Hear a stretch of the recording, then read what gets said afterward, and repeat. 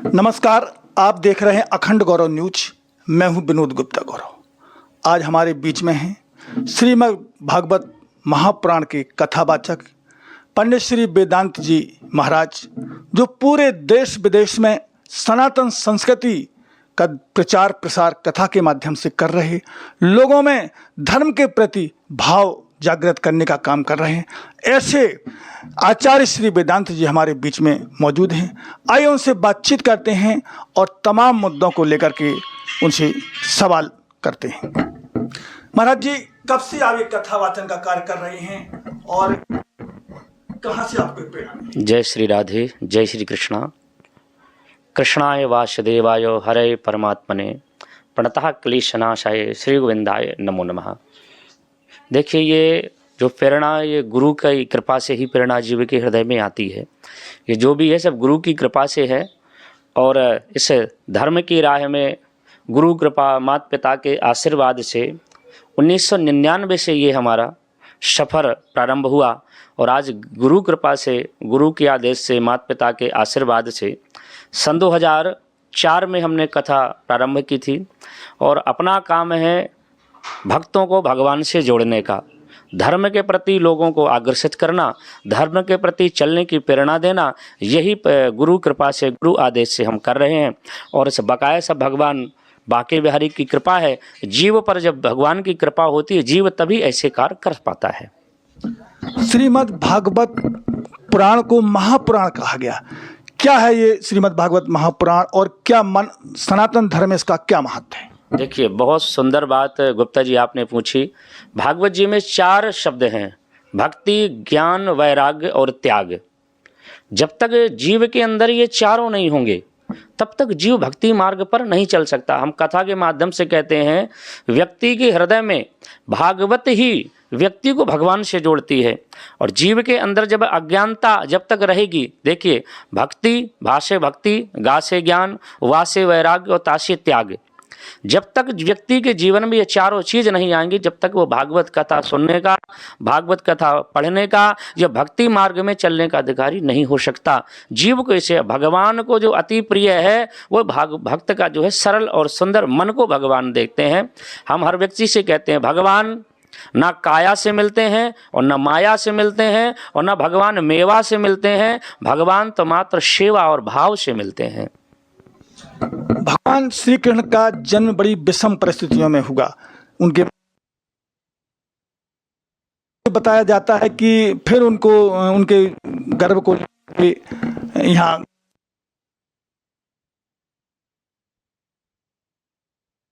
खुशियां मनाई गई। देखिए, हम आप लोग कहते हैं कि व्यक्ति 4 दिन 10 दिन पूजा करता है और पीछे हट जाता है। भगवान ने ये जो भी लीला की, कहीं ना कहीं धर्म के प्रति लोगों को जागरूक करने के लिए, इतनी विषम परिस्थिति के बाद भी भगवान के माता पिता वसुदेव और देवकी ने धर्म का साथ नहीं छोड़ा, हमेशा धर्म पर, भगवान पर विश्वास रखा। और जब भगवान का जन्म हुआ हमारे प्रभु का, मथुरा से वसुदेव जी जैसे गोकुल लेकर के गए, तो पूरे ब्रजवासियों के जब उनका प्रकट हुआ और नंद जी की बहनें नंदा और सुनंदा ने जब सूचना दी तो बड़े लोग हर्षित हैं। बड़ी सुंदर बधाई है कि हमारे ब्रज का ही बड़ा परम सुंदर भजन है, लोग हमारे ब्रजवासी गाते हैं। बाजे बड़ी सुंदर भजन, बाजे नंद घर बधावा, जन्मे है नंद लाला, बाजे नंद घर बधावा। सभी देवी देवता बड़े हर्षित, बड़े प्रसन्न हैं, क्योंकि अधर्म बढ़ रहा था। लोग अधर्म के भय से, बहुत भय से, कंस के खौफ से भगवान जब अवतरित होकर के सभी देवी देवताओं ने, ब्रजवासियों ने बड़ी श्रद्धा और भाव के साथ में भगवान का जन्म उत्सव मनाया। बहुत मतलब अल्प समय में उन्होंने ये लीलाएं की, बाल समय में ही लीलाएं की। शिक्षा बाद में ग्रहण की। कहाँ इन्होंने शिक्षा ग्रहण की और कितने दिनों में सारे शास्त्रों का ज्ञान प्राप्त कर लिया था और गुरु दक्षिणा में क्या दिया था? देखिए, बड़ी सुंदर बात पूछी गुप्ता जी ने हमें।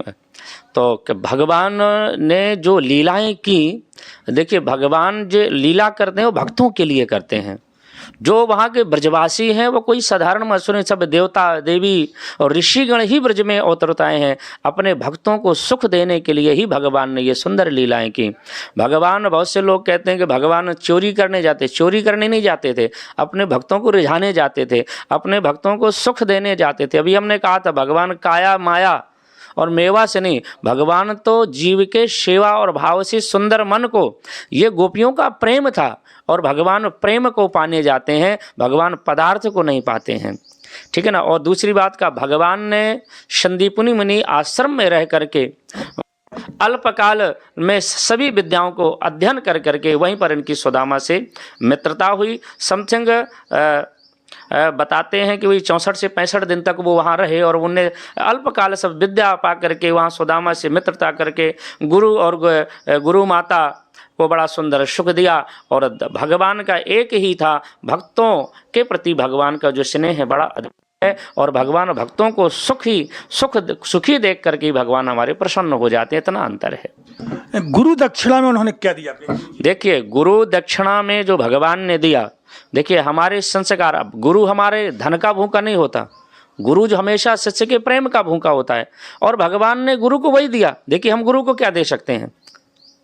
गुरु अपने शिष्य को अगर देते हैं तो वो भाव, वो प्रेम, वो विश्वास, और गुरु की जो दक्षिणा होती है, गुरु पैसे से नहीं, गुरु प्रेम से प्रसन्न होते हैं। और संदीपनी मुनि आश्रम को भगवान कृष्ण ने वो प्रेम दिया, प्रेम पा करके गुरु माता और वो दोनों प्रफुल्लित हो गए। तो हम तो प्रेम का ही सबसे बड़ा महत्व देते हैं, वस्तु का महत्व नहीं है। भगवान वस्तु से नहीं, भगवान तो प्रेम देते हैं और प्रेम से ही वो प्रसन्न होते हैं।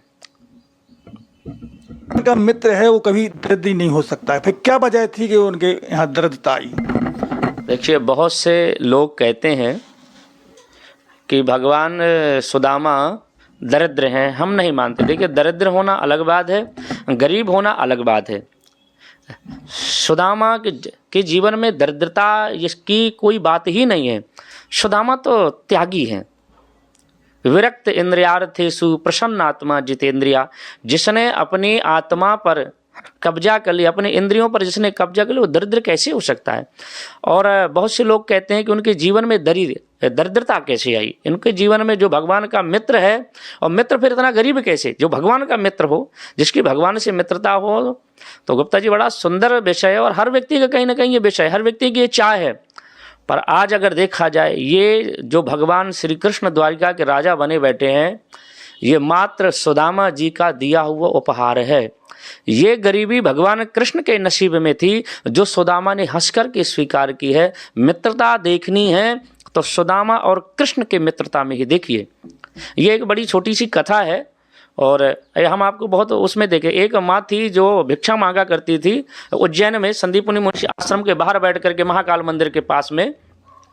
उसको भिक्षा के चने मिले, एक चोर ने चुराए और चोर भाग रहा था, वो गिर गया, हाथ से पोटली खुली, वो गुरु माता ने वो चने बीन करके पोटली में बांधे और वही चने, और वो चने श्रापित थे। उस माँ ने चने में श्राप दिया था कि जो भी व्यक्ति इन चनों को खाएगा उसका मेरे जैसा दरिद्रमय, कष्टमय, दुखमय जीवन व्यतीत होगा पूरे परिवार का। तो वो श्रापित चने थे और श्रापित चने भगवान के हाथ में पहुंचे। तो यहाँ पर जब सुदामा जी उन चनों को खोलते हैं तो सुदामा के मन में विचार है कि मैं एक ब्राह्मण हूँ, ब्राह्मण तो मांग के खा सकता है, पर एक राजकुमार दूसरे के सामने कैसे हाथ फैलाएगा? इसलिए मेरा मित्र जो है वो राजा बने और मैं चाहे गरीब बन जाऊं। तो ये जो भगवान कृष्ण को दिया हुआ उपहार है, भगवान कृष्ण का, दरिद्रता नहीं, ये प्रेम का प्रतीक है। यही तो मित्रता हमें दर्शाती है। एक मित्र के लिए दूसरा मित्र ने कितना बड़ा त्याग किया है। सुदामा तो परम तपस्वी है, परम त्यागी है। विरक्त इंद्रियार्थेषु प्रसन्न आत्मा जितेंद्रिया, परम जितेंद्रिय है सुदामा। और जो परम जितेंद्रिय है वो दरिद्र नहीं हो सकता। गरीब होना अलग बात है, दरिद्र होना अलग बात है। आप किसी करोड़पति व्यक्ति को दरिद्र कह सकते हैं, पर गरीब को आप दरिद्र नहीं कहते। जब आवे संतोष धन सब धन धूर समान। सुदामा बड़े विरक्त हैं, बड़े संतोषी हैं। अपने जीवन में कभी उनने धन की, वस्तु की चाह नहीं की। सुदामा ने पूरी जीवन भगवान कृष्ण के नाम का आश्रय लिया। और जो व्यक्ति आश्रय में रहता है भगवान के, उसका एक दिन वो दिन आता है कि लोग उसे देखते हैं। महाराज जी, जब भगवान कृष्ण जी का जन्म हो गया तो शंकर जी उनके दर्शन करने आए। उस समय की क्या मनोदशा थी और कोई भजन किस बात? बड़ा सुंदर भाव है। जब भगवान ने पूतना का वध किया तो भगवान कृष्ण कैलाश, भगवान भोलेनाथ कृष्ण भगवान की सभी लीलाओं को देख करके मधुर मधुर मुस्कुरा रहे थे। तो पार्वती मैया कहती हैं, प्रभु आज क्या बात है, आप बड़े प्रसन्न हैं। कह रहे आज मैं अपने प्रभु की पावन लीलाओं को देख रहा हूँ, वो ब्रज के ब्रजवासियों को कैसा परम सुख प्रदान कर रहे हैं। तो माँ भगवती, माँ पार्वती भक्ति स्वरूपा हैं और भक्ति जीव पर कृपा करती है, तभी जीव परमात्मा के पास पहुँचता है। तो पार्वती मैया ने कहा आप यहाँ से आप भी जाके लीला में शामिल हों। तो भगवान भोलेनाथ कैलाश पर्वत से गोकुल नगरी आए और दरवाजे पर खड़े होकर के आज भगवान ने उनकी माँ से कहा है, माँ मुझे अपने लाला के दर्शन करा दे। और भगवान को स्वरूप को देख करके मैया यशोदा भयभीत हो जाती हैं कि मेरा लाला इतने ऐसा संत जिसके गले में सर पे ततैयों का झुंड और कानों में बिच्छू के कुंडल, ऐसे स्वरूप को देख करके तो डर जाएगा। मैया यशोदा बड़े भाव से कहती हैं, बाबा मैंने बड़े ब्राह्मण जेवाए, बड़े साधु संतन की सेवा करी, तब यह समय यह पल पे मोए पुत्र मिले हो, और बाबा तेरे सांपन को देख के तो मेरा लाला डर जाएगा। तो भगवान भोलेनाथ प्रेम भरे भाव से कहते हैं, मैया तू कहाँ बात करे, तेरो लाला सांपन से डरेगो? अरे तेरो लाला तो ऐसे 1000 फण वाली शेष की सैया पे सोवे बारो, तेरो लाला ना डरेगो। यह मैया चिंतित होती है और कहती बाबा मुझे ऐसा लगता है कि जैसे तुम गलत स्थान पर आ गए हो, मेरे लाला तो तस्वीर में देख कर डर जाए। ये भगवान कृष्ण के प्रति भगवान भोलेनाथ का जो प्रेम था वो प्रेम दर्शाता है। प्रेम की यहाँ प्रधानता है, प्रेम खींच करके लाया, प्रेम ही जीव को परमात्मा से मिलाता है। और भगवान शिव के हृदय में ही भगवान राम, भगवान कृष्ण का व्यापक है वो तो उनके स्वरूप का चिंतन, उसी में वो आनंदित रहते हैं। बड़ा सुंदर भजन भी है। कई लोग कहते हैं भोलेनाथ की जो लीला है, भगवान के प्रति जो भाव है बड़ा अनन्य है, बड़ा मधुर है। भगवान भोलेनाथ के तो हृदय में भगवान बसते हैं, है ना। तो भोलेनाथ बढ़िया अपने चले आए। भजन है, भोला भंडारी आया मोहन तेरी गली में, खुशियाँ विषय लेकर के आया मोहन तेरी गली में, दर्शन की आस लेके आया मोहन तेरी गली में। मोहन की जो गली है वो प्रेम की गली है। हम तो वो एक भजन गाया करते हैं, आनंद बरस रहा है मोहन तेरी गली में, अमृत बरस रहा है मोहन तेरी गली में, सब कुछ तो मिल रहा है मोहन तेरी गली में। जीव जब धर्म के राह पर निकल जाता है, जीव जब धर्म की राह पर भक्ति के मार्ग पर चलता है तो जीव के जीवन में भगवान खुशियां बिखेर देते हैं। तो भक्ति ही परम सुख है, भक्ति ही इस जीव का सब कुछ सार है। जो भक्ति मार्ग पर चलता है भगवान उस जीव के जीवन में खुशियां ही खुशियां बिखेर देते हैं। भोलेनाथ तो भगवान कृष्ण के सुंदर स्वरूप को देखने के लिए आए। वो आनंद की गली है, वो प्रेम की गली है, वो सुख की गली है। और सच बताएं, सुख की गली में कौन नहीं जाना चाहेगा। हर व्यक्ति आज सुख की ही तो खोज में यहाँ वहाँ डोल रहा है, फिर रहा है। हम आप लोग सब खुश की महाराज प्रसन्नता की और खुशी की जो गली है वो भगवान कृष्ण के नाम रूपी गली है। और हर व्यक्ति इस प्रेम की गली में जाना चाहता है। महाराज जी, भगवान श्री कृष्ण ने अपने कई बार लीलाएं की हैं। जैसे उन्होंने कालिया नाग को नाथा, गौवंश की रक्षा की, गोवर्धन पर्वत की पूजा की। तो वे मानव जीवन में लोगों को क्या संदेश इन लीलाओं के माध्यम से दे रहे हैं? देखिए, बड़ी सुंदर बात आपने गुप्ता जी पूछी। एक भगवान ने जैसे कालिया नाग के प्रभाव से, दूषित जहर से यमुना दूषित हो गई थी, तो भगवान ने जो कार्य किया, एक तो यमुना को स्वच्छ किया।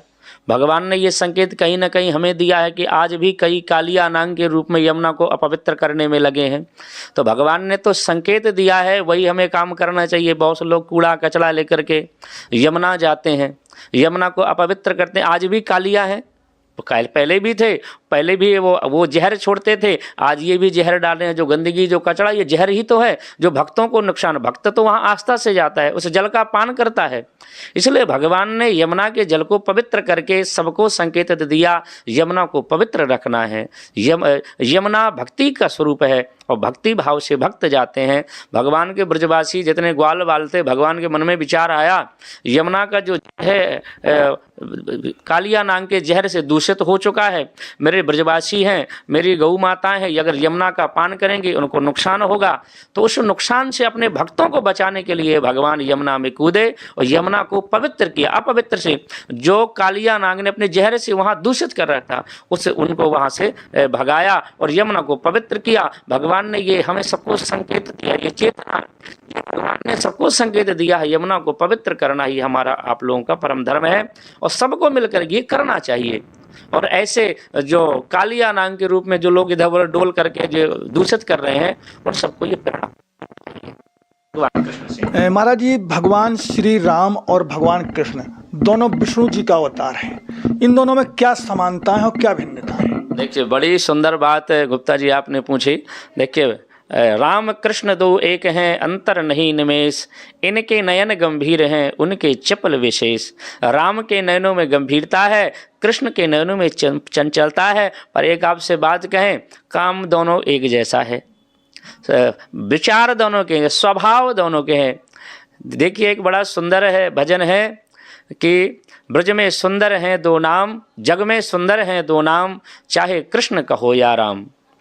एक जाकर के देखिए सबरी की जी के यहाँ प्रेम भाव से बेर खाते हैं और एक प्रेम के वशीभूत होकर गोपियों के घर में जाके माखन खाते हैं। ठीक है ना? तो भगवान प्रेम के भूखे, ये प्रेम के जगत है और भगवान प्रेम के ही भूखे, बिल्कुल भी अंतर नहीं है। स्वभाव दोनों का है, प्रेम के दोनों भूखे हैं। एक जाकर के दुष्ट रावण का संहार करता है, एक पापी कृष्ण का संहार करता है।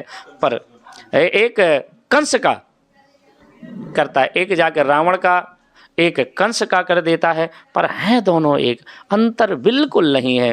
राम कृष्ण दो एक हैं, अंतर नहीं निमेष, इनके नयन गंभीर हैं, इनके चपल विशेष। राम कृष्ण दो एक हैं, बिल्कुल भी अंतर नहीं है। पर एक के नैनों में गंभीरता है, एक के नैनों में चंचलता है। अंतर इतना है पर हैं दोनों एक, कार्य दोनों एक कर रहे हैं, दोनों धर्म के रक्षक हैं, दोनों धर्म की ध्वजा को लहरा रहे हैं। और यही हमें आपको प्रेरणा लेनी चाहिए, यही हमें आप लोगों को सीख लेनी चाहिए। महाराज जी, बागेश्वर धाम के पीठाधीश्वर पंडित धीरेन्द्र कृष्ण शास्त्री हिंदू राष्ट्र की बात कर रहे हैं, क्या कहेंगे आप इस का विषय है? कोई ऐसा भारत का युवा संत जो एक सूरज की तरह उग करके आया है और हमें सनातियों को जगाने का काम कर रहा है, तो हमें सभी सनातियों को इकट्ठा होकर के, एक साथ होकर के उनके कदम से कदम मिला के चलना चाहिए, साथ देना चाहिए और सनातन बोर्ड होना चाहिए, हिंदू राष्ट्र बनना चाहिए।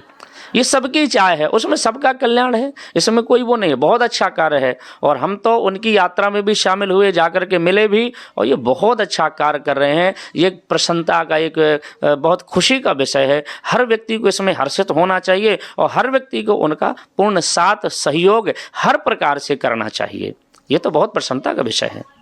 हमारे कुछ शब्द हम बोलेंगे, उसका आपको सेंटेंस बनाना है। सनातन धर्म जैसे सत्य ही सनातन है और सत्य ही परमात्मा का नाम है और सत्य ही परमात्मा है और सत्य ही उसका नाम है, सत्य ही सनातन है। मानव सेवा, मानव सेवा, भगवान सेवा। मानव सेवा से बड़ा कोई धर्म नहीं है। जो मानव सेवा करता है उसी सेवा से परमात्मा प्रसन्न होते हैं। संस्कृति, संस्कृति संस्कार से है। जब तक जीव के जीवन में संस्कार नहीं है, जीव का जो जीवन है वो पशु समान है। यहाँ संस्कार की पूजा है। संस्कार तो भगवान राम से लेना चाहिए, संस्कार तो भगवान कृष्ण से लेना चाहिए। हम कथा में भी कहते हैं कि संस्कार क्या है।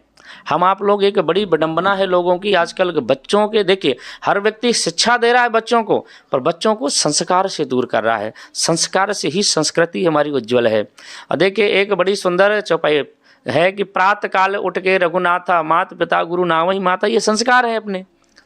और जैसे एक राम जी का बड़ा सुंदर स्वभाव है कि राम सुमंत्र ही आवत देखा, कीन प्रणाम पिता सम लेखा, ये संस्कार है कि अपने जो पिता की उम्र का है उसको हम उसी भाव से देखें, उसी दृष्टि से देखें। भगवान राम ने जब भी सुमंत्र जी को देखा है तो अपने पिता के जैसी दृष्टि से देखा है। ये हमारे संस्कार हैं और संस्कार जीवन में बहुत जरूरी है। जिसके जीवन में संस्कार नहीं, उसका जीवन पशु समान है। एक शब्द महाराज जी बहुत प्रचलित रहता है, टोटका और उपाय, इन दोनों में क्या अंतर है? देखिए टोटका संस्कार, टोटका संसार के लिए है और उपाय परमात्मा के लिए है। इसलिए टोटकों पर ध्यान नहीं देना है। टोटका में कुछ नहीं है, ये लोगों को रिझाने के लिए है और उपाय परमात्मा को मनाने के लिए है। तो हम तो भैया उपाय पर को मानते हैं, टोटका को नहीं मानते। टोटका जगत के लिए है, जगत के लोगों को परेशान के लिए है, जगत के लोगों को भटकाने के लिए है टोटका। और उपाय जो है वो परमात्मा से जोड़ने के लिए है। और जो भक्त है वो भगवान से जोड़ने का काम करता है, भगवान से तोड़ने का नहीं। टोटका जो है व्यक्ति को तोड़ देता है, उपाय परमात्मा से मिला देता है। इतना अंतर है। ये थे आचार्य श्री वेदांत जी महाराज। उन्होंने स्पष्ट तौर पर बताया कि धर्म मानव जीवन के लिए अत्यंत आवश्यक है। लोग धर्म से जुड़ें, जन कल्याण करते रहें, तभी मानव कल्याण होगा। कैमरामैन चरण सिंह यादव के साथ विनोद गुप्ता गौरव, अखंड गौरव न्यूज़, छतरपुर।